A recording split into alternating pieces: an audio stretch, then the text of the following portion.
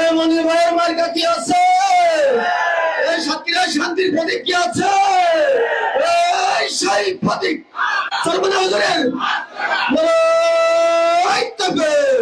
আমি আপনাদেরকে সাথে নিয়ে এমন একটি শ্যামনগর গড়ে তুলতে চাই যেখানে 100% যে বাজেট আসবে 100%ই কাজ হবে ইনশাআল্লাহ।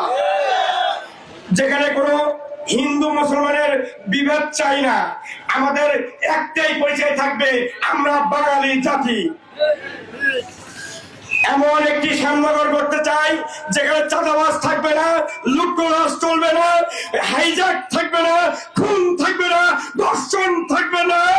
শ্যামনগর হয়ে আসবে একটি শান্তিপূর্ণ দরবার।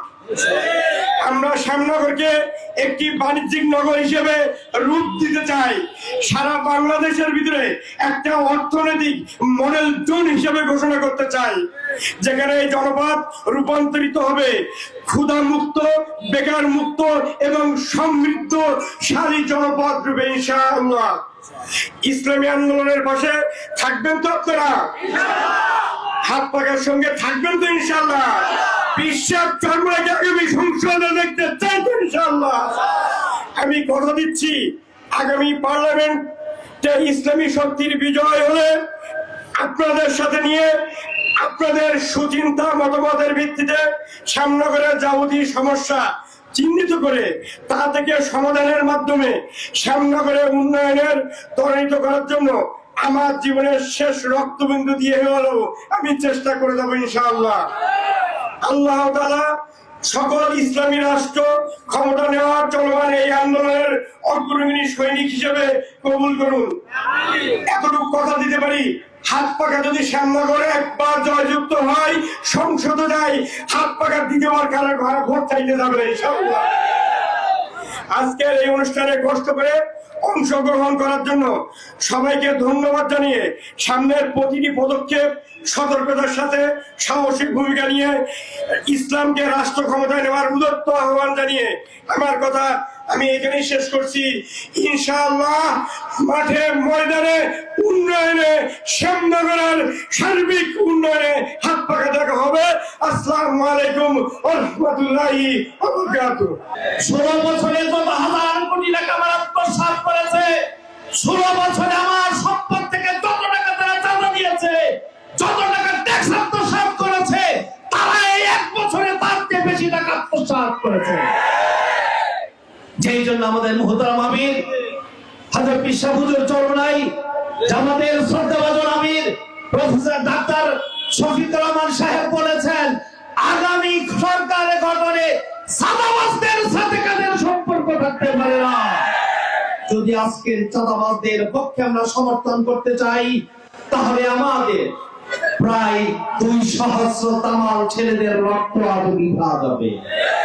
প্রায় 1.5 লক্ষ ব্যক্তি আজকে কেউ বন্ধুত্ব বরণ করেছে, কারো চক্ষু হারিয়েছে, কারো পা হারিয়েছে, তারা আজকে অন্য অঙ্গ হারিয়ে আজকে তারা পঙ্গুত্ব বরণ করেছে। যদি আজকে আবার সেই তারাই ফিরে আসে, তাহলে পূর্বের থেকে ভালো ছিল। প্রিয় ভাইদেরকে বলতে চাই, প্রিয় শ্যামনগরবাসী, আমরা বেশি কিছু বলতে পারবো না, আপনাদেরকে অনেক কিছু শোনাবার সুযোগ নেই, অনেক কিছু দেওয়ার মতো সুযোগ নেই। শুধু একটি জিনিস আমরা দিতে পারবো, ইসলামপন্থীদের পক্ষ থেকে যে প্রার্থী দেওয়া হয়েছে, বিশেষ করে ইসলামী আন্দোলনের আমির বাংলাদেশে 300 সদস্য যে বাছাই করেছেন, তার দলের সর্বোচ্চ ব্যক্তিকে তিনি করেছেন। সেটা সততার দিক থেকে বলতে পারেন, শিক্ষাগত যোগ্যতার দিক থেকে বলতে পারেন, সব মিলে সবচেয়ে ব্যাটাটা কি সেখানে দেওয়া হয়েছে। আমি বলতে চাই, সুন্দরবনের যে পরিমাণ ট্যাক্স উঠে, সে দিয়ে বাংলাদেশের শ্যামনগর নয়, শ্যামনগর থেকে ঢাকা পর্যন্ত যে রাস্তা আছে, গত 5 বছরের যে রাস্তার টাকা আসছে, আমি তো বলবো এই রাস্তা অন্তত রূপা দিয়ে বেঁধে দেওয়া যাবে, নাকি সম্ভব না?